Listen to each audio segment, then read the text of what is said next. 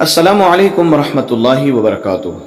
دوستو، عام طور سے ایک مسئلہ بہت زیادہ پوچھا جاتا ہے کہ بعض مرتبہ یہ ہوتا ہے کہ انگلی وغیرہ پر کوئی زخم آ گیا تو ہم نے وہاں پر بینڈیڈ وغیرہ چپکا لی، یا اگر کوئی چیز ہماری کٹ گئی ہے تو ہم نے اس کے اوپر پٹی وغیرہ باندھ لی ہے، یا ہاتھ ٹوٹ گیا یا پاؤں ٹوٹ گیا، یا اور کسی جگہ جو وضو کے اندر جو چیزیں دھوئی جاتی ہے یا غسل کے اندر جو چیزیں دھوئی جاتی ہے وہاں پر پٹا بندھا ہوا ہے، یعنی پلاسٹر بندھا ہوا ہے، تو کیا وضو اور غسل کرتے وقت ان چیزوں کو کھول کر دھونا ضروری ہے یا ویسے ہی ان کے اوپر مسح کر لیا جائے تو کافی ہو جائے گا؟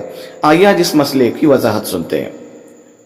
پاؤں ہاتھ وغیرہ پر بدرجہ مجبوری جو پلاسٹر لگائے جاتے ہیں ان کی حیثیت جبیرہ یعنی پٹی کی ہے، وضو اور غسل میں ان پر مسح کر لینا کافی ہے۔ یہ بھی ضروری نہیں ہے کہ پلاسٹر لگاتے وقت پاکی ہی کی حالت میں رہا ہو۔ حضرت علی رضی اللہ تعالیٰ عنہ کا ایک واقعہ ہے کہ ایک مرتبہ آپ کا ہاتھ ٹوٹ گیا اور پٹی باندھ لی تو رسول اکرم صلی اللہ علیہ وسلم نے پٹی ہی پر مسح کرنے کا حکم فرما دیا۔ اس کے لیے کوئی مدت بھی متعین نہیں ہے، جب تک صحت یاب نہ ہو مسح کرتا رہے، اور اگر صحت مند ہونے سے پہلے اپنے آپ ہی یہ پٹی کھل کر گر گئی تو دوبارہ مسح کرنے کی ضرورت بھی نہیں ہے۔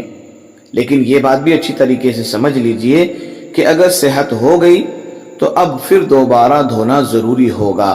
مثلا نماز کے درمیان پلاسٹر گر پڑا یا پٹی کھل کر گر پڑی اور اب وہ صحت مند بھی ہو چکا ہے تو اس کو نماز توڑ کر دوبارہ وضو کرنا ہوگا، وہ پھر نماز ادا کرے گا، جیسا کہ مسح علی الجبیرہ کا حکم ہے۔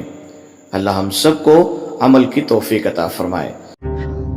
ہماری یوٹیوب چینل راہ سنت کو سبسکرائب کریں، لائک کریں اور شیئر کرنا نہ بھولیں۔ جزاک اللہ خیر۔